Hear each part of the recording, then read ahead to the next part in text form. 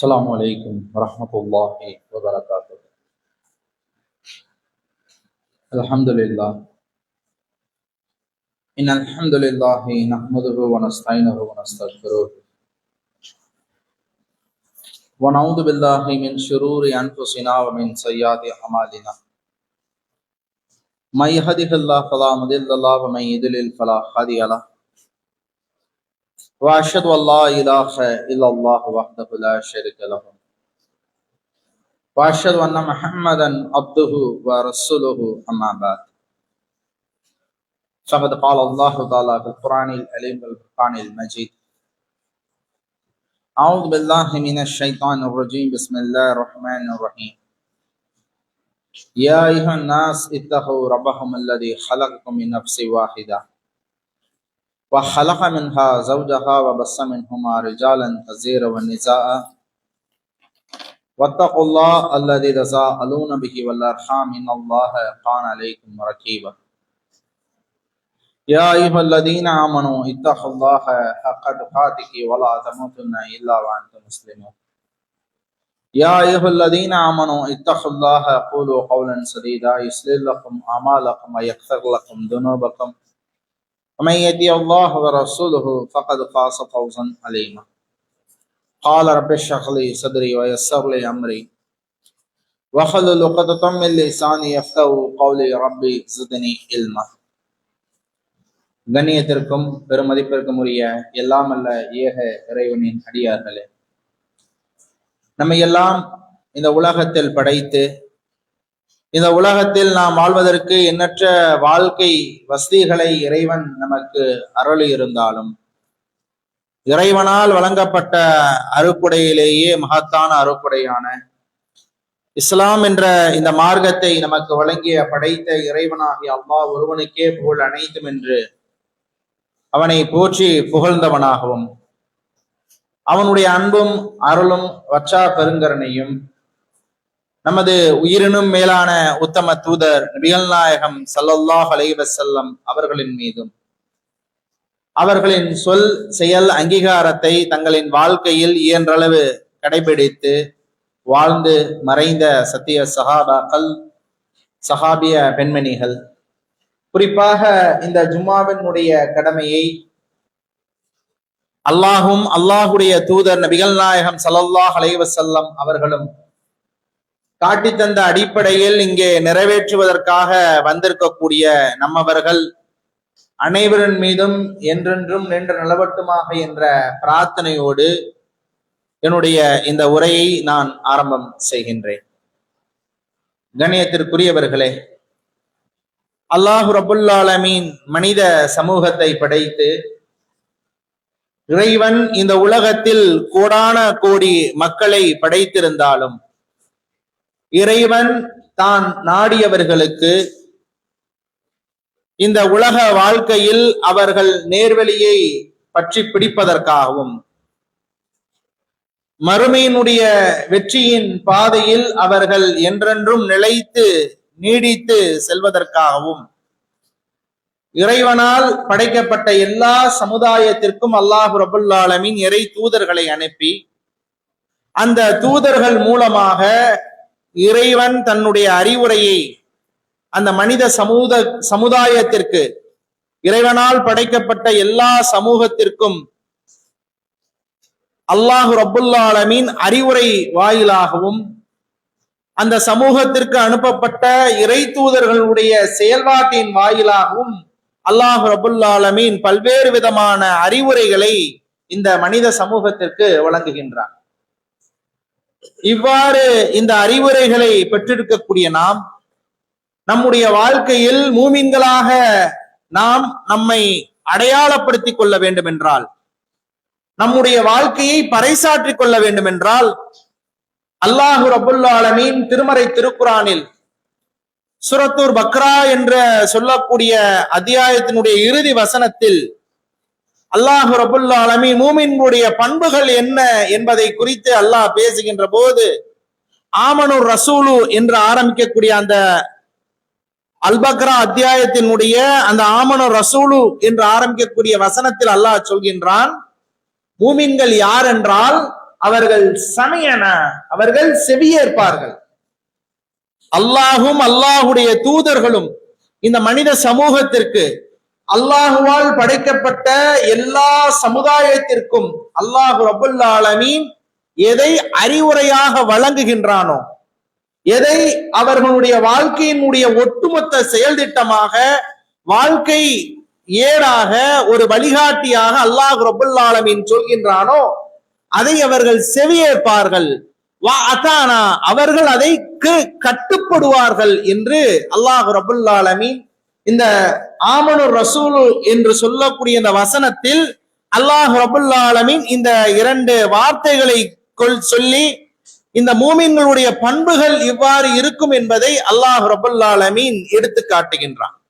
இன்றைக்கு நாமளும் இன்னைக்கு நம்மை முஸ்லிம்களாக, ஏகத்துவவாதிகளாக, தௌஹீத் என்ற அந்த ஒரு படலத்தில், ஒரு பட்டாளத்தில் பயணிக்கக்கூடிய நபர்களாக நம்மை அடையாளப்படுத்தி கொண்டாலும், நம்முடைய வாழ்க்கையில அல்லாஹும் அல்லாஹுடைய தூதரும் சொன்ன அடிப்படையில் நம்முடைய வாழ்க்கையை செவிமடுத்து கட்டுப்பட்டவர்களாக நடக்கின்றோமா என்பதைத்தான் இன்றைக்கு நாம சுய பரிசோதனை செய்ய கடமைப்பட்டிருக்கின்றோம். ஏன்னா நம்முடைய வாழ்க்கையில இந்த கட்டுப்படுதல் என்ற விஷயத்தை குறித்து இஸ்லாமிய மார்க்கமானது பல இடங்களில் நமக்கு வலியுறுத்துகின்றது. குர்ஆன்ல நாம பார்த்தோம்னா அல்லாஹ் ரப்புல் ஆலமீன் ஏராளமான இடங்கள்ல இந்த கட்டுப்படுதலை குறித்து திரும்ப திரும்ப வலியுறுத்தி சொல்வான்.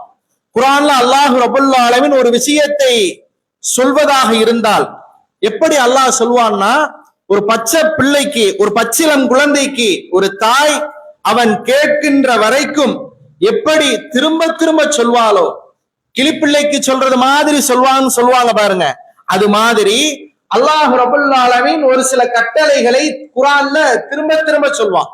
உதாரணத்திற்கு தொழுகை குறித்து அல்லாஹ் ரப்புல் ஆலமீன் 90க்கும் மேற்பட்ட இடங்கள்ல சொல்லி இருக்கிறான். அப்படி அல்லாஹ் ரப்புல் ஆலமீன் ஒரு கட்டளையை, ஒரு கடமையை மூமின்களுக்கு சொல்கின்றான் என்றால் அதனுடைய முக்கியத்துவம் என்ன என்பதை நாம முதல்ல உணரணும். அந்த வரிசையில இந்த கட்டுப்படுதலை குறித்து அல்லாஹ் ரப்புல் ஆலமீன் எந்த அளவிற்கு சொல்கின்றான் என்றால் ஏராளமான இடங்கள்ல, யா அய்யுஹல்லதீன ஆமனூ, நம்பிக்கை கொண்டோர்களே, அத்தியுல்லாஹு வ அத்தியுர் ரசூல், நீங்கள் அல்லாஹ்விற்கு கட்டுப்படுங்கள், அல்லாஹ்வுடைய தூதருக்கு கட்டுப்படுங்கள், நீங்கள் வெற்றி பெறுவீர்கள் என்று அல்லாஹ் ஒரு சில இடங்கள்ல சொல்வான். இன்னும் ஒரு சில இடங்கள்ல அல்லாஹ்விற்கு கட்டுப்படுங்கள், அல்லாஹ்வுடைய தூதருக்கு கட்டுப்படுங்கள், உங்களுடைய அமல்களை பாழாக்கி விடாதீர்கள் என்றெல்லாம் அல்லாஹ் ரப்புல் ஆலமீன் இந்த வசனத்தின் வாயிலாக, இந்த பதத்தில், இந்த நடையில், பல வசனங்களுடைய ஆரம்பத்திலும் சரி, அதனுடைய இறுதியிலும் சரி, இந்த கட்டுப்படுதலை குறித்து அல்லாஹ் ரப்புல் ஆலமீன் வலியுறுத்தாத இடமே இருந்ததில்லை என்ற அடிப்படையில குர்ஆன் நெடுகிலும் அல்லாஹ் ரப்புல் ஆலமீன் இந்த காரியத்தை சொன்னாலும் நம்முடைய வாழ்க்கையில அல்லாஹ்விற்கும் அல்லாஹ்வுடைய தூதருக்கும் எந்த அளவிற்கு நம்முடைய செயல்பாடுகளின் வாயிலாக நாம் கட்டுப்படுகின்றோம் என்பதை மூமின்களாக இருக்கக்கூடிய நாம மறந்துவிடக்கூடிய நிலையை நாம பார்க்கின்றோம். இன்னும் அல்லாஹ் ரப்புல் ஆலமீன் குர்ஆன்ல இந்த மூமின்களை குறித்து, அவர்களுக்கு ஏவப்படக்கூடிய கட்டளைகளை குறித்து அல்லாஹ் எப்படி பேசுகின்றான் என்றால், இன்னைக்கு நாமெல்லாம் முஸ்லிம்களாக இருக்கிறோம். இன்னைக்கு நாம முஸ்லிம்களாக இருக்கிறோம்னா ஒண்ணு நம்முடைய பரம்பரை வாயிலாக முஸ்லிம்களாக இன்றைக்கு நாம இருப்போம், அல்லது நம்முடைய குடும்பத்துல யாராவது ஒருத்தவங்க, நம்முடைய முன்னார் இருக்கக்கூடிய தலைமுறையோ அதற்கு முன்னால் இருக்கக்கூடிய தலைமுறையோ நம்ம அறிந்த வகையில அவங்க இஸ்லாத்தை கொண்டதன் அடிப்படையில் இன்றைக்கு நாமெல்லாம் முஸ்லிம்களாக இன்றைக்கு உலகத்துல வாழுகின்றோம். ஆனால் அல்லாஹுடைய தூதருடைய காலகட்டத்துல இந்த இஸ்லாத்தை ஏற்றுக்கொண்ட நபித்தோழர்களுடைய வாழ்க்கையை நாம் எடுத்து பார்த்தாலும் சரி, நபித்தோழர்களுடைய வாழ்க்கையை எடுத்து பார்த்தாலும் சரி, அவர்கள் இஸ்லாத்தினுடைய ஆரம்ப பிரதியாக, அச்சாணியாக, முதல் ஜெனரேஷனாக இருக்கிறாங்க. அப்படி இருக்கும்போது அவருடைய வாழ்க்கையில அல்லாஹும் அல்லாஹுடைய தூதரும் ஒரு சில காரியங்களை அவர்களுக்கு சொல்லுகின்ற போது, அவர்களுக்கு ஏவப்படுகின்ற போது அந்த காரியத்திற்கு முழுமையாக கட்டுப்பட்டவர்களாக இருந்தாங்க. பல்வேறு விதமான தியாகங்களை செய்யக்கூடியவங்களாக இருந்தாங்க. பல்வேறு விதமான அர்ப்பணிப்புகளை தங்களுடைய வாழ்க்கையில் இஸ்லாத்திற்காக அர்ப்பணிக்கக்கூடியவர்களாக இருந்தார்கள். அப்பேற்பட்ட நபி தோழர்களையும் தோழியர்களையும் பார்த்து அல்லாஹ் ரப்பல் ஆலமீன் இந்த வசனத்தில் பேசுகின்றான். யா அய்யுஹல்லதீன ஆமனு, நம்பிக்கை கொண்டோர்களே, ஹுதுஹுலு ஃபிஸ்ஸில்மி காஃபா, நீங்க இஸ்லாத்துல வர்றீங்கன்னா, இஸ்லாத்தில் நீங்கள் நுழைகின்றீர்கள் என்றால் முழுமையாக வாருங்கள். இஸ்லாமிய மார்க்கமானது இன்றைக்கு உலகத்துல முழுமைப்படுத்தப்பட்ட மார்க்கமாக இருக்கு. மனிதனுடைய வாழ்க்கையில ஆரம்ப காலகட்டத்துல ஒரு சட்டமும் இன்னைக்கு இருக்கக்கூடிய அறிவியல் பரிணாம வளர்ச்சிக்கு ஏற்ப ஒரு சட்டமும் என்று இஸ்லாம் சொல்லல. ஆரம்ப காலகட்டத்துல ஒரு விஷயத்தை சொல்லி இன்னைக்கு நம்முடைய தேவைக்காக மாற்ற வேண்டும் என்ற அதிகாரத்தை இஸ்லாம் வழங்கல்ல. இன்னைக்கும் சரி, இன்னும் வரக்கூடிய பல ஆண்டுகள், பல நூற்றாண்டுகள் கடந்தும் சரி, மனிதனுடைய ஒட்டுமொத்த வாழ்க்கையிலும் அவன் பிறந்ததில் இருந்து அவன் இறக்கின்ற வரை அவன் ஏற்று கடைபிடித்து தன்னுடைய வாழ்க்கையில் மறுமையினுடைய வெற்றிக்காக அவன் பாடுபடக்கூடிய வகையில அவனுக்கான எல்லா விதமான செயல் திட்டத்தையும் அல்லாஹ் ரப்பல் ஆலமீன் இந்த திருமறை திருக்குர்ஆன் வாயிலாகவும் ஆதாரபூர்வமான நபிமொழிகளின் வாயிலாகவும் அல்லாஹ் ரப்பல் ஆலமீன் சொல்லிலும் செயல்பாட்டிலும் வழியாக இந்த வகை செய்தியை அருளி, அந்த வகை செய்தியை நபி தோழர்களுக்கு அல்லாஹ்வினுடைய தூதர் ஸல்லல்லாஹு அலைஹி வஸல்லம் அவர்கள் சொல்லக்கூடிய வேளையில அல்லாஹ் ரப்பல் ஆலமீன் எந்த நபி தோழர்கள், எந்த நபி தோழியர்கள் இந்த இஸ்லாத்திற்காக பாடுபட்டார்களோ, எந்த நபித்தோழர்கள் இந்த இஸ்லாத்திற்காக தங்களுடைய உயிர்களை துச்சமாக கருதி காலத்தில் நிலைத்து நிற்கக்கூடிய சரித்திர நாயர்களாக இன்றைக்கு வரைக்கும் பேசப்படக்கூடிய வகையில தங்களுடைய வாழ்க்கையில் கட்டுப்பட்டவர்களாக நடந்து அதை இந்த உலகத்திற்கு பறைசாட்டினார்களோ, அப்பேற்பட்ட மக்களை பார்த்து அல்லாஹ் சொல்கின்றான், யா அய்யுஹல்லதீன ஆமனூ, நம்பிக்கை கொண்டோர்களே, ஹுதுஹுலு ஃபிஸ்ஸில்மி காஃபா, இஸ்லாத்தில் நீங்கள் வந்தீர்கள் என்றால், இஸ்லாத்தில் நீங்கள் நுழைந்தீர்கள் என்றால் முழுமையாக வாருங்க. உங்களிடத்துல அங்கொன்றும் இங்கொன்றுமாக, ஆத்துல ஒரு காலு சேத்துல ஒரு காலு அப்படின்ட்டு எனக்கு எது கடைபிடிக்க முடியுமோ, எனக்கு எது ஏற்க முடியுமோ, என்னுடைய மனம் எதை ஏற்றுக்கொள்ளுமோ அது மாதிரி ஒரு காரியத்தை நீங்கள் கடைபிடித்து அந்த அடிப்படையில் இஸ்லாத்துல நீங்க நுழையாதீங்க. மாறாக நீங்கள் நுழைவதாக இருந்தால் முழுமையாக நுழையுங்கள். வலா தத்தபி குதுவாத்தி ஷைத்தான், அப்படி நீங்கள் நுழையாமல் நீங்கள் எதையெல்லாம் பின்பற்றுகின்றீர்களோ அது ஷைத்தானுடைய அடிச்சுவடு. அந்த ஷைத்தானுடைய அடிச்சுவடை கூட நீங்கள் பின்பற்றாதீர்கள் என்று இஸ்லாம் நமக்கு கட்டளையிடுகின்றது, இஸ்லாம் நமக்கு காட்டி தருகின்றது. இன்னைக்கு நாமளும் முஸ்லிம்களாக இருக்கிறோம், நம்முடைய வாழ்க்கையிலும் இஸ்லாமிய அடிப்படையில பல்வேறு செயல்பாடுகளை செய்கிறோம், வணக்க வழிபாடுகளை நிறைவேற்றோம், ஜும்மா தொழுகைக்கு வரோம், நம்முடைய வாழ்க்கையில சதக்கா செய்கிறோம், நோம்பு நோக்குறோம், ஹஜ்ஜு செய்கின்றோம். இப்படி நம்முடைய வாழ்க்கையில் செய்யக்கூடிய எல்லா செயல்பாடுகளையும் எடுத்துக்கோங்க. இப்படி செய்யக்கூடிய வேளையில இஸ்லாம் ஒரு காரியத்தை அல்லாஹுடைய தூதர் மூலியமாக சொல்லி அதன் வாயிலாக ஒரு முழுமையான ஒரு கையேட்டை நமக்கு தந்திருக்கின்றது, ஒரு வாழ்வியல் வழிகாட்டியை நமக்கு, ஒரு ரூல்ஸை அல்லாஹ் ரப்பல் ஆலமீன் அவர்களுக்கு ஏவி அந்த ரூல்ஸை நம்முடைய வாழ்க்கையிலும் அந்த நெறிமுறைகளை கடைபிடிக்க வேண்டும் என்று சொல்கின்ற போது இன்றைக்கு முஸ்லிம்களாக இருக்கக்கூடிய நாம, மூமீன்களாக இருக்கக்கூடிய நாம இன்றைக்கு செவிமடுக்கின்றோம், அதை ஓதுகின்றோம், அதை எங்காவது யாராவது சொன்னால் அந்த பயான்களில் கலந்து கொள்கின்றோம், அதை மொபைல் போன் வாயிலாக, புத்தகங்களின் வாயிலாக, இன்னவர இன்றைக்கு இருக்கக்கூடிய எல்லா விதமான சாதனைகளின் வாயிலாக கேட்கின்றோம், படிக்கின்றோம். ஆனால் நம்முடைய வாழ்க்கையில் கட்டுப்பட வேண்டும் என்று வருகின்ற போது, அதற்கான வாய்ப்பை அல்லாஹ் ரப்பல் ஆலமீன் தருகின்ற போது நாம கட்டுப்பட்டவர்களாக நடக்கின்றோமா அல்லது அதற்கு மாறு செய்கின்றோமா என்று யோசிச்சுப்பார். நம்முடைய வாழ்க்கையில் அல்லாஹும் அல்லாஹுடைய தூதரும் சொல்லக்கூடிய அந்த வகை செய்திக்கு, இறை செய்திக்கு நாம எந்த அளவிற்கு மதிப்பளிக்கின்றோம் என்று நினைச்சுப்பார். உதாரணத்திற்கு, நாம இன்னைக்கு அல்லாஹ்வினுடைய அருளால நம்முடைய பிள்ளைகளை பெற்றெடுத்திருக்கின்றோம். பிள்ளை இடத்துல நாம ஒரு விஷயத்த சொல்றோம், ஏப்பா நான் சொல்றதை நீ கேட்டேன்னா, நான் சொல்றபடி நீ நடந்தேன்னா உன் வாழ்க்கையில எங்கேயோ போயிருவ, நல்ல நிலைக்கு ஆளாவ அப்படின்ட்டு நம்முடைய பிள்ளை இடத்துல ஒரு உதாரணத்தை சொல்லி, அல்லது நம்ம இடத்துல நாம இன்னைக்கு இந்த ஜும்மாவில ஒரு அறிவிப்பு செய்யறோம், அடுத்த ஜும்மாவில இருந்து யார் முதல் நேரத்துல வராங்களோ, முதல் ஆளாக பள்ளிவாசலுக்கு வராங்களோ, நிர்வாகம் சார்பாக ஒரு 10 கிலோ தங்கம் இலவசமாக தரப்படும் அப்படின்னு நிர்வாக சார்பா அறிவிச்சாங்கன்னா நம்முடைய நிலை எப்படி இருக்கும்? ஜும்மாவிற்கு முதல் நேரத்துல வருவதற்கான நன்மை நமக்கு தெரியும், இரண்டாம் நேரத்துல வருவதற்கான நன்மை நமக்கு தெரியும். அதை அல்லாஹ்வினுடைய தூதர் ஸல்லல்லாஹு அலைஹி வஸல்லம் அவர்கள் ஒவ்வொரு ஜும்மாவின் போது அல்லாஹ் ரப்பல் ஆலமீன் அந்த நன்மையை வழங்குவதாக அல்லாஹ்வுடைய தூதர் அவர்கள் சொல்லி நமக்கு ஸ்லாகித்து சொல்லி ஆர்வமூட்டுறாங்க. ஆனா இன்னைக்கு உலகத்துல ஒரு காரியம் என்று வருகின்ற போது, உலகத்துல ஒரு செயல் என்று வருகின்ற போது, அதை நம்மிடத்துல சொல்லப்படுகின்ற போது 10 கிலோ தங்கம் கிடைக்குது, வாழ்க்கையில நம்ம நல்லா ஓஹோன்னு நிக்கலாம் அப்படின்னு சொல்லப்படுகின்ற போது அதனுடைய மதிப்பு தெரியுது, அதனுடைய முக்கியத்துவம் தெரியுது, அதனுடைய கிரேடு இன்னைக்கு தரஜா எந்த அளவிற்கு உலகத்துல மதிப்பளிக்கப்படுகின்றது என்று தெரிகின்றது.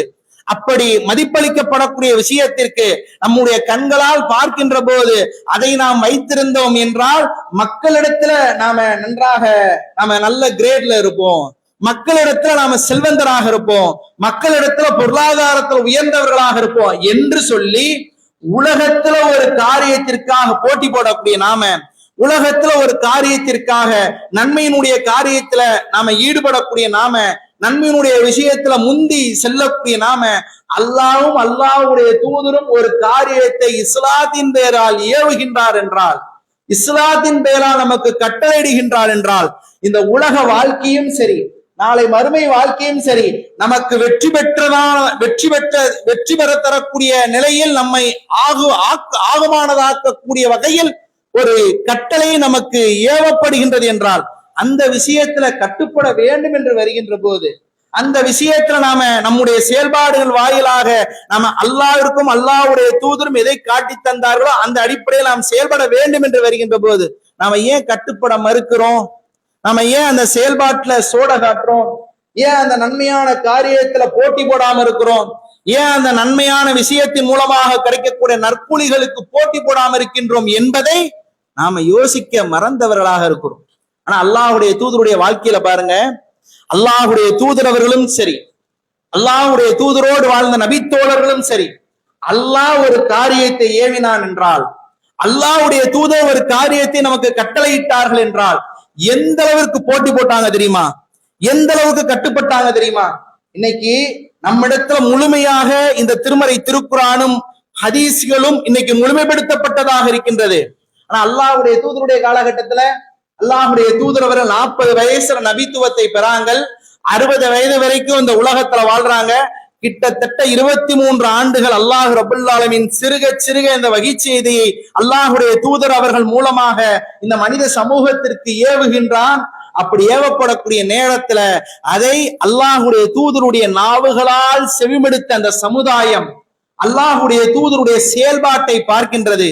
அந்த செயல்பாட்டை பார்த்து ஆரம்ப காலகட்டத்துல இன்னைக்கு நாம பள்ளிவாசல்ல நமக்கு கரண்ட் இல்லைன்னா கூட, வெப்பம் அதிகமா இருந்தா கூட நல்லா ராகத்தா உட்கார்ந்து பயான் கேட்கக்கூடிய அளவிற்கு அல்லாஹ் ரப்பல் ஆலமீன் வசதிகளை அளித்திருக்கின்றான். ஆனா ரசூலுல்லாஹ்வுடைய ஆரம்ப காலகட்டம் எப்படி இருந்துச்சு தெரியுமா? அல்லாஹ்வுடைய தூதர் இந்த ஏகத்துவ பிரச்சாரத்தை மக்கள் மத்தியில் சொல்லப்படுகின்ற போது மக்காவில் பலதரப்பட்ட எதிர்ப்புகள் அல்லாஹ்வுடைய தூதரவருக்கு வருகின்றது.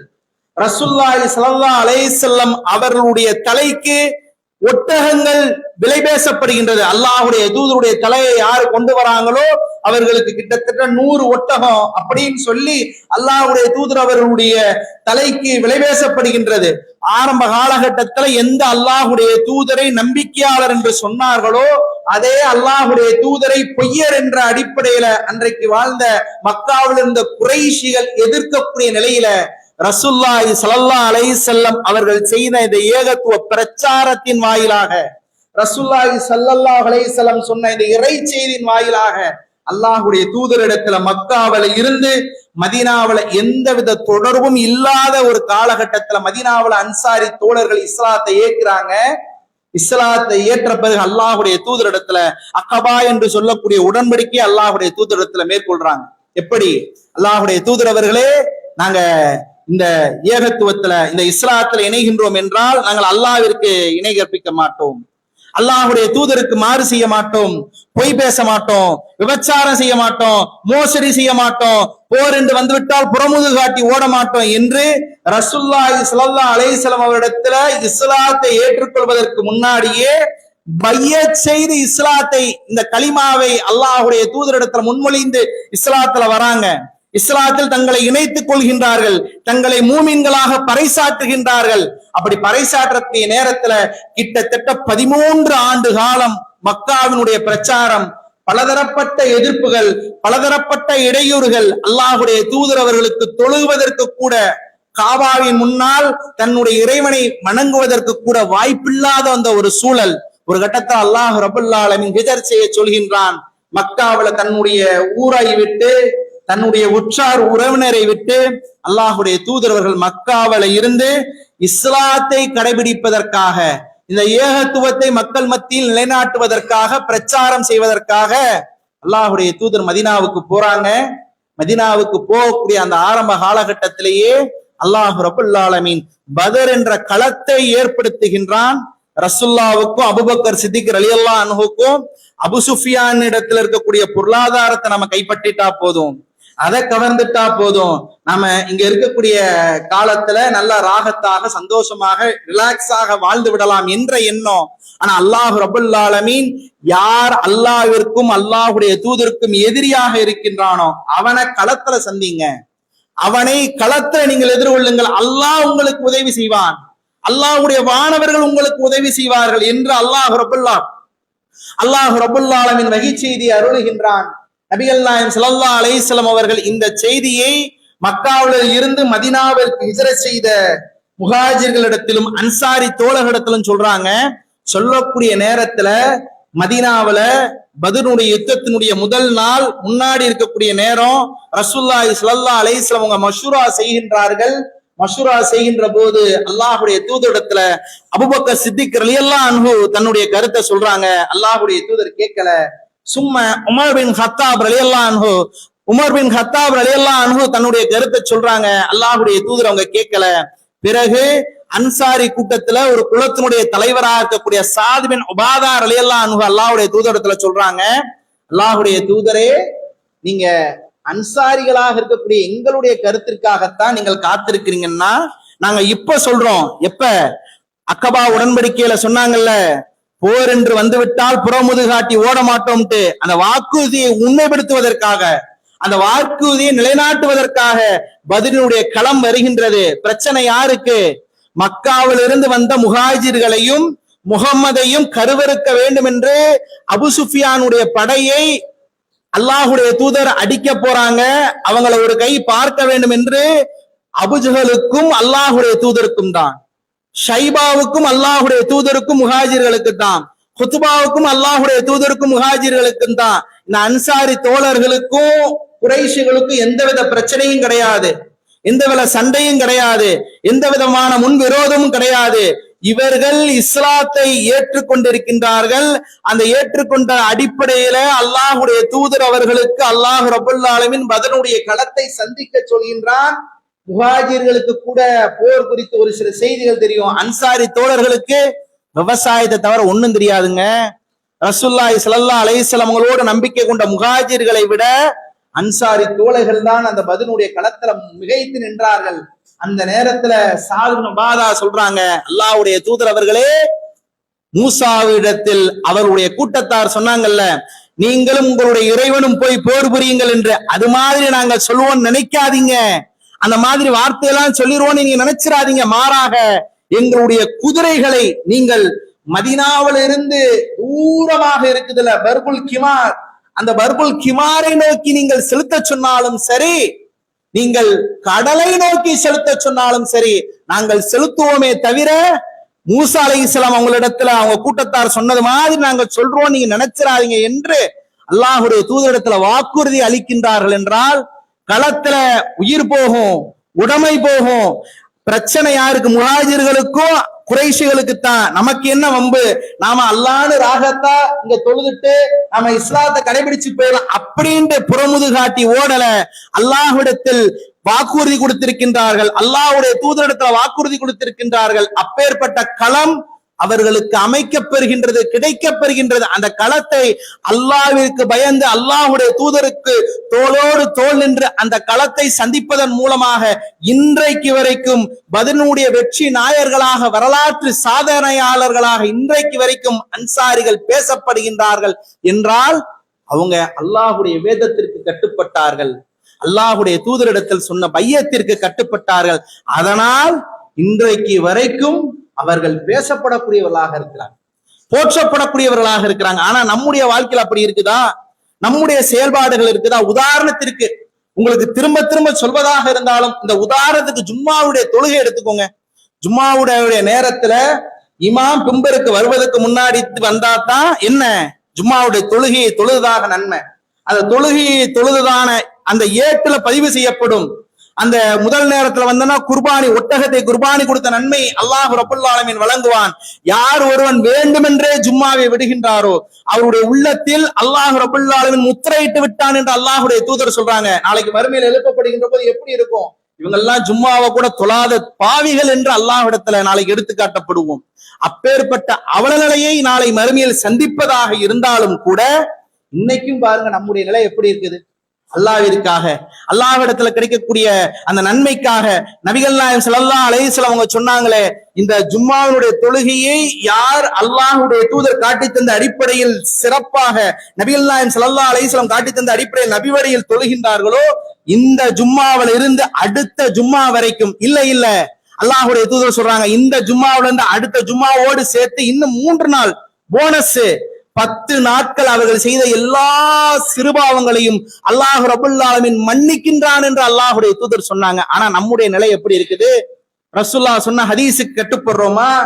ரசூலுல்லாஹ் சொல்லக்கூடிய அல்லாஹ்வுடைய மன்னிப்பு கட்டுப்படுறோமா? பாவ மன்னிப்புக்காக நம்ம விரைந்து வரோமா? பொருளாதாரத்தை விட வேண்டும் என்று வருகின்ற போது ஜும்மாவுடைய நற்குலிகளுக்காக விடுவதற்கு கூட இன்றைக்கு நாம் தயங்கக்கூடியவர்களாக இருக்கின்றோம். ஆனா அல்லாஹ்வுடைய தூதருடைய வாழ்க்கையில் எப்படி தெரியுமா இருந்துச்சு? உகபா பின் ஆமீர் ரலியல்லாஹு அன்ஹு சொல்றாங்க, அல்லாஹ்வுடைய தூதர் அவங்க எங்களிடத்துல சொல்லுவாங்க, அல்லாஹ்வுடைய பாதையில தர்மம் செய்யுங்கள் என்று. அப்படி சொல்லப்படுகின்ற போது எங்கள்ல ஒரு சில கூட்டத்தார் இருப்பாங்க, ஒரு சில நபித்தோழர்கள் இருப்பாங்க, அவங்களிடத்துல பொருளாதாரம் இருக்காது, அவங்களிடத்துல காசு பணம் இருக்காது. ஆனா அல்லாஹ்வுடைய தூதர் அவங்க சொல்லிட்டாங்கன்னு செவிமடுத்தாங்கன்னா இவங்க விரைவாக கடைவீதிக்கு போவாங்க, வேலை செய்வாங்க, விறகு சுமத்துப்பாங்க, விறக வெட்டி அதை விற்பனை செய்வாங்க. அந்த பொருளாதாரத்தை எடுத்து வந்து அல்லாஹ்வுடைய பாதையில் தான தர்மம் செய்வார்கள் என்று தங்களோடு வாழ்ந்த நபித்தோழர்களுடைய வறுமையினுடைய நிலையில கூட அல்லாஹ்வுடைய பாதையில தான தர்மங்கள் செய்தவர்களாக திகழ்ந்தார்கள் என்று உகபா பின் ஆமீர் ரலியல்லாஹு அன்ஹு அவர்கள் சொல்கின்றார்கள் என்றால் அவங்க கட்டுப்பட்டவர்களாக இருந்தாங்க. அவங்க செவிமடுக்க மட்டும் செய்யல, ரசூலுல்லாஹ்வோடு வெறும் வாழ்ந்துட்டு மட்டும் போகல, தன்னை அப்துல்லா, அப்துர் ரஹ்மான், அப்துர் ரஹீம் என்று வெறும் வார்த்தைகளால் தன்னை முஸ்லிம்களாக பறைசாட்டவில்லை. அல்லாஹ்வுடைய தூதர் சொல்லக்கூடிய குர்ஆன் வசனங்களை செவிமடுத்தார்கள். அந்த செவிமடுக்கின்ற வேளையில் அல்லாஹ் ரப்பல் ஆலமீன் சொல்கின்றானே, அல்லதி ஹலகல் மௌத வல் ஹயாத லியப்லுவக்கும் அய்யக்கும் அஹ்ஸனு அமலா, உங்களுக்கு வாழ்வையும் மரணத்தையும் நான் தந்திருப்பது எதற்காக? சும்மா வாழ்ந்துட்டு போகிறதுக்காக இல்ல. இவர் வாழ்ந்தாரு, பெரிய பணக்காரா இருந்தாரு, சம்பாதிச்சாரு, பொண்டாட்டி பிள்ளையோட சந்தோஷமாக இருந்தாரு, மௌத்தா போயிட்டார் அப்படின்னு சொல்வதற்காக இல்ல. ஐயுக்கும் அக்ஸனு அமலா, யார் நன்மையானவர்கள், யார் அழகான செயலுக்கு சொந்தக்காரர்கள் என்பதை சோதிப்பதற்காக. சோதிக்கப்படுகின்ற போது அல்லாஹ் அதற்கான களத்தை ஏற்படுத்துகின்ற போது குர்ஆனை செவிமடுத்த நபித்தோழர்கள், குர்ஆனை செவிமடுத்த நபித்தோழியர்கள், குர்ஆனை செவிமடுத்த நபிமார்கள் அல்லாஹ் ரப்பல் ஆலமீன் அதற்கான வாய்ப்பை தருகின்ற போது அதற்கு கட்டுப்பட்டவர்களாக இருந்தார்கள். அல்லாஹ் ரப்பல் ஆலமீன் சொல்கின்ற அடிப்படையில் ஐயுக்கும் அக்ஸனு அமலா, அழகிய செயலுக்கு சொந்தக்காரர்களாக இருந்தார்கள். எனவே கண்ணியத்திற்குரிய சகோதரர்களே, நாம இதுவரைக்கும் குர்ஆனை நன்றாக ஓதி இருப்போம், நம்முடைய வாழ்க்கையில இதுவரைக்கும் நாம கடைபிடிச்சிருக்கின்றோமா என்று நான் என்ன கேள்வி கேட்டா, நீங்க உங்களை கேள்வி கேட்டா, நாளைக்கு மறுமையில அல்லாஹ்விற்கு பதில் சொல்வதற்கு முன்னால் நம்முடைய நிலை எப்படி இந்த உலகத்தில் இருக்கின்றது என்பதை நமக்கு நாமே ஒரு எடை போட்டு விடலாம், ஒரு பரிசோதனை செய்த அடிப்படையில் ஒரு மார்க் போட்டு விடலாம். எனவே அல்லாஹ் நாளை மறுமையில் நம்மை கேள்வி கேட்பதற்கு முன்னால், மரணம் வருவதற்கு முன்னால் அல்லாஹும் அல்லாஹுடைய தூதரும் எதை நமக்கு ஏவினார்களோ அதற்கு செவிமடுத்து அதற்கு முழுமையாக கட்டுப்பட்டு அழகிய செயலுக்கு சொந்தக்காரர்களாக, மூமின்களுடைய பண்புகளில் திளைத்தவர்களாக, சிறந்த மூமின்களாக அல்லாஹ் என்னையும் உங்களையும் ஆக்கி அருள் புரிய வேண்டும் என்று பிரார்த்தித்து என்னுடைய இந்த முதல் உரையை முடித்துக் கொள்கின்றேன். அஸ்ஸலாமு அலைக்கும் வரஹ்மத்துல்லாஹி வபரகாத்துஹு.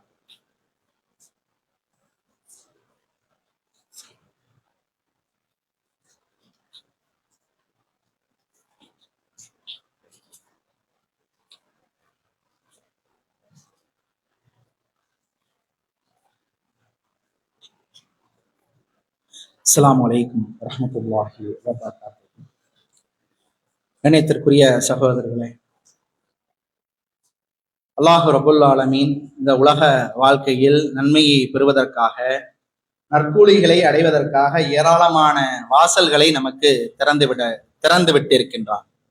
அந்த அடிப்படையில் நாம் அடைந்திருக்கக்கூடிய இந்த முஹர்ரம் மாதமானது இன்றைக்கு இஸ்லாமியர்களிடத்துல பல்வேறு விதமான அனாச்சாரங்கள் இருக்குது. முஹர்ரம் இஸ்லாமிய புத்தாண்டு. முஹர்ரம் மாதத்தினுடைய முதல் 10 நாட்கள்ல பார்த்தோம்னா பல்வேறு விதமான அனாச்சாரங்களை ஷியா என்ற அந்த பிரிவை சேர்ந்த மக்கள் செய்யறாங்க. அதை இன்றைக்கு சுன்னத் வல் ஜமாத் என்று சொல்லக்கூடிய தங்களை நாங்கள் தான் சுன்னத் ஜமாத்தினர், நாங்கள் தான் அல்லாஹ்வுடைய தூதரை பின்பற்றுகின்றோம் என்று சொல்லக்கூடிய இன்றைக்கு பெரும்பான்மையான மதகபை பின்பற்றக்கூடிய மக்கள் கூட ஷியாக்கள் செய்யக்கூடிய அந்த அனாச்சாரத்தை தான் இன்றைக்கு அவங்க செய்யக்கூடிய ஒரு அவலநிலையை பார்க்கின்றோம். ஆனா இஸ்லாமிய மார்க்கமானது இது மாதிரியான மூட நம்பிக்கைகளுக்கு எதிராக, இது மாதிரியான பகுத்தறிவுக்கு ஒப்பற்ற, பகுத்தறிவுக்கு நேர்மாறாக இருக்கக்கூடிய இந்த மாதிரியான காரியங்களை மக்கள் மத்தியில் போட்டு உடைத்ததால் தான் இன்றைக்கும் பாருங்க இஸ்லாத்தினுடைய வளர்ச்சியானது இன்றைக்கு இந்தியாவில 2050ஆம் ஆண்டிற்குள் இந்தியாவானது இஸ்லாமிய நாடாக திகழும் என்று யாரு சொல்றா? பிபிசியினுடைய பத்திரிகை செய்தி சொல்லப்படுகின்றது. அந்த அளவிற்கு நாளைக்கு 4ல் ஒருத்தர் முஸ்லீமாக இருப்பாரு, உங்கள 4 பேர் இருந்தாருன்னா அவர் ஒருத்தர் முஸ்லீமாக இருப்பார் அப்படின்னு சொல்லக்கூடிய அளவிற்கு இஸ்லாமிய மார்க்கமானது பகுத்தறிவுக்குரிய மார்க்கமாக இருக்கின்றது. அந்த மார்க்கத்துல இந்த மாதத்துல பார்த்தோம்னா ஆஷிரா என்று சொல்லக்கூடிய நோன்பை அல்லாஹுடைய தூதர் அவர்கள் வலியுறுத்தியிருக்கின்றார்கள் நோன்பு நோற்பதற்காக. ரசூலுல்லாஹி ஸல்லல்லாஹு அலைஹி வஸல்லம் காலகட்டத்துல அல்லாஹுடைய தூதர் அவங்க நபித்துவம் பெறுவதற்கு முன்னாடியும் அன்றைக்கு இருந்த முஹாஜிர்கள், அன்றைக்கு குறைஷிகளாக இருந்தாங்க, அவங்க நோன்பு நோட்டிருக்காங்க. அன்றைக்கு தான் பார்த்தோம்னா காபாவினுடைய கிஸ்வா என்று சொல்லக்கூடிய துணியானது மாற்றப்படும். அந்த மாற்றப்படக்கூடிய அந்த நாளை சிறப்பித்து அல்லாஹுடைய தூதருடைய நபித்துவம் பெறுவதற்கு முன்னாடியே அன்றைக்கு வாழ்ந்த மக்காவில இருந்த முஹாஜிர்களாக யார சொல்றோமோ அன்றைக்கு இருந்த குறைஷிகள் நோன்பு நோட்டிருக்காங்க. அல்லாஹுடைய தூதர் நபித்துவம் பெற்ற பிறகு இந்த ரமதானுடைய நோன்பு கடமையாக்கப்பட்ட பிறகு அந்த நாள்ல விரும்பிய நோன்பு நோருங்க, விரும்பிய விட்டுக் கொள்ளுங்க அப்படின்னு ரசூல்லா ஒரு சலுகையை விட்டுறாங்க. பிறகு அல்லாஹுடைய தூதர் அவங்க 13 ஆண்டு கால மக்காவினுடைய வாழ்க்கைக்கு பிறகு மதீனாவுக்கு வராங்க. ரசூலுல்லாஹி ஸல்லல்லாஹு அலைஹி வஸல்லம் அவங்க இந்த முஹர்ரமுடைய 10வது நாள் ஆஷுராவினுடைய நாளில் 10வது நாளில் யூதர்களும் கிறிஸ்தவர்களும் இந்த நாளை சிறப்பித்து நோன்பு நோக்குறாங்க.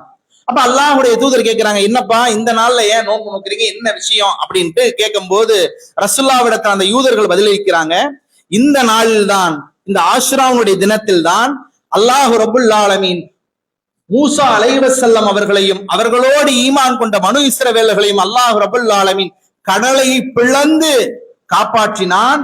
எனவே அந்த இறைவனுக்கு நன்றி செலுத்துவதற்காக நாங்க இந்த நாட்டுல நோன்பு நோக்குறோம் சொல்லப்படுகின்ற போது ரசூலுல்லாஹ் சொல்றாங்க, உங்களை விட அனாச்சாரம் செய்யக்கூடிய, மார்க்கத்தின் பேரால் பல்வேறு விதமான கைச்சரகுகளை இஸ்லாத்திற்கு மாற்றமாக செய்யக்கூடிய அன்றைக்கு வாழ்ந்த யூதர்களையும் கிறிஸ்தவர்களையும் விட மூசா அலைஹிஸ்ஸலாம் அவர்களுக்கு நான் தான் உரிமை படைச்சவன், நான் தான் அவருக்கு க்ளோஸ்.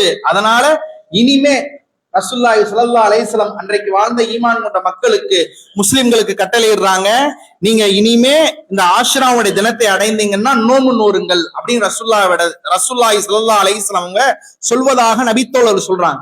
அப்ப அல்லாஹ்வுடைய தூதரிடத்துல கேட்கிறாங்க, மார்க்கம் என்றாலே பல காரியங்கள் யூதர்களுக்கும் கிறிஸ்தவர்களுக்கும் மாறு செய்யக்கூடிய விதமாகத்தான் இஸ்லாமிய மார்க்கத்துல பல்வேறு விதமான கடமைகளை அல்லாஹும் அல்லாஹுடைய தூதரும் சொல்லி இருக்கிறாங்க. அப்படி இருக்கும்போது நாமளும் அவங்களும் எப்படி ஒரே நாள்ல நோன்பு நோக்கிறது அப்படின்னு அல்லாஹுடைய தூதரத்தை கேட்கின்ற போது ரசூலுல்லாஹி ஸல்லல்லாஹு அலைஹி வஸல்லம் அவங்க சொல்றாங்க, இன்ஷா அல்லாஹ் அடுத்த ஆண்டு நான் ஹயாத்தா இருந்தேன்னா நான் இந்த முஹர்ரமுடைய 9வது நாளிலும் ஆஷுராவினுடைய தினமாக இருக்கக்கூடிய 10வது நாளில் நோன்பு நோட்பேன் என்று அல்லாஹுடைய தூதர் அவங்க சொல்லிட்டு ரசூலுல்லாஹி ஸல்லல்லாஹு அலைஹி வஸல்லம் அவங்களுடைய பண்பாக அவருடைய மனைவிமார்கள் சொல்றாங்க, அல்லாஹுடைய தூதர் அவர்கள் ரமதானுடைய மாதத்திற்கு அடுத்தபடியாக இந்த மாதத்தினுடைய நோன்பை தவிர தேர்ந்தெடுத்து வேற எந்த நோன்பையும் நோற்றதில்லை என்று ரசூலுல்லாஹி ஸல்லல்லாஹு அலைஹி வஸல்லம் அவருடைய பண்பாக அல்லாஹுடைய தூதருடைய மனைவிமார்கள் சொல்கின்றார்கள் என்றால் இந்த மாதத்தினுடைய வருகின்ற வியாழக்கிழமை வெள்ளிக்கிழமையானது முஹர்ரமுடைய 9வது மற்றும் 10வது நாளாக இருக்கின்றது. எனவே இறைவன் மூசா அலைஹிஸ்ஸலாம் அவர்களையும் பனு இஸ்ரவேலர்களையும் எப்படி ஃபிரௌன் என்ற கொடுங்கோலனிடம் இருந்து பாதுகாத்து இந்த உம்மத்தை முழுமைப்படுத்தினானோ, இந்த உம்மத்தை அல்லாஹ் ரப்பல் ஆலமீன் பறைசாட்டினானோ, அதற்கு நன்றி செலுத்தக்கூடிய விதமாக நாமளும் இந்த ஆண்டு வரக்கூடிய வியாழக்கிழமை வெள்ளிக்கிழமை ஆஷுராவுடைய தினத்தினுடைய நோன்பை நோக்கணும். அதனுடைய நன்மைகளை அல்லாஹுடைய தூதரிடத்துல கேட்கின்ற போது 9வது நாள்ல நோன்பு நோற்றோம்னா முந்தைய ஆண்டினுடைய ஒரு ஆண்டு பாவமும் பிந்தைய ஆண்டினுடைய ஒரு ஆண்டு பாவம் மன்னிக்கப்படும். 10வது நாளுடைய நோன்பினுடைய அந்த ஆஷுரா தினத்தினுடைய நோன்பை குறித்து அல்லாஹுடைய தூதரத்தை கேட்கின்ற போது ரசூலுல்லாஹி ஸல்லல்லாஹு அலைஹி வஸல்லம் அவங்க சொல்றாங்க, அது முந்தைய ஆண்டினுடைய பாவத்திற்கான பரிகாரமாக இருக்கின்றது என்று அல்லாஹுடைய தூதர் அவங்க சொல்லிட்டு நமக்கு வலியுறுத்தி காட்டி நமக்கு ஆர்வப்படுத்தி இருக்கிறாங்க. எனவே கண்ணியத்திற்குரிய சகோதரர்களே, ஆதாமுடைய மக்களாக இருக்கக்கூடிய நாம பல்வேறு விதமான பாவங்களை செய்யறோம். பாவம் செய்யக்கூடிய நாம இந்த தொழுகையில ஒரு 2 நிமிஷம் ஜும்மா முடிஞ்ச பிறகு 2 நிமிஷம் அல்லாஹ்விடத்துல இஸ்திஃபார் தேடி இருப்போமா, பாவ மன்னிப்பு தேடி இருப்போமா, அல்லாஹ்விடத்துல நம்முடைய பாவங்களை நம்மை நாமே நினைச்சு பார்த்து அல்லாஹ்விடத்துல கேட்டிருப்போமா? பெரும்பான்மையான சகோதரர்கள் சகோதரிகள் அப்படி இல்லை. அப்படி இருக்கக்கூடிய வேளையில இந்த ஆஷுராவுடைய தினத்தினுடைய நோன்பானது நம்முடைய பாவங்களுக்கான பரிகாரமாக இருக்கின்றது. எனவே அனைத்து சகோதரர்களும் சகோதரிகளும் இந்த நாட்கள்ல வரக்கூடிய வியாழக்கிழமை வெள்ளிக்கிழமை நோன்பு நோற்பதற்கு முயற்சி செய்ய வேண்டும் என்பதையும் அதற்கான அந்த உடல் ஆரோக்கியத்தையும் அதற்கான உடல் ஆரோக்கியத்தையும் அல்லாஹ் ரப்புல் ஆலமீன் எனக்கும் உங்களுக்கும் தந்தல் புரிய வேண்டும் என்றும் சொல்லி என்னுடைய இந்த ஜும்மாவின் உரையை முடித்துக் கொள்கின்றேன். அஸ்ஸலாமு அலைக்கும் வரஹ்மத்துல்லாஹி வபரகாத்துஹு.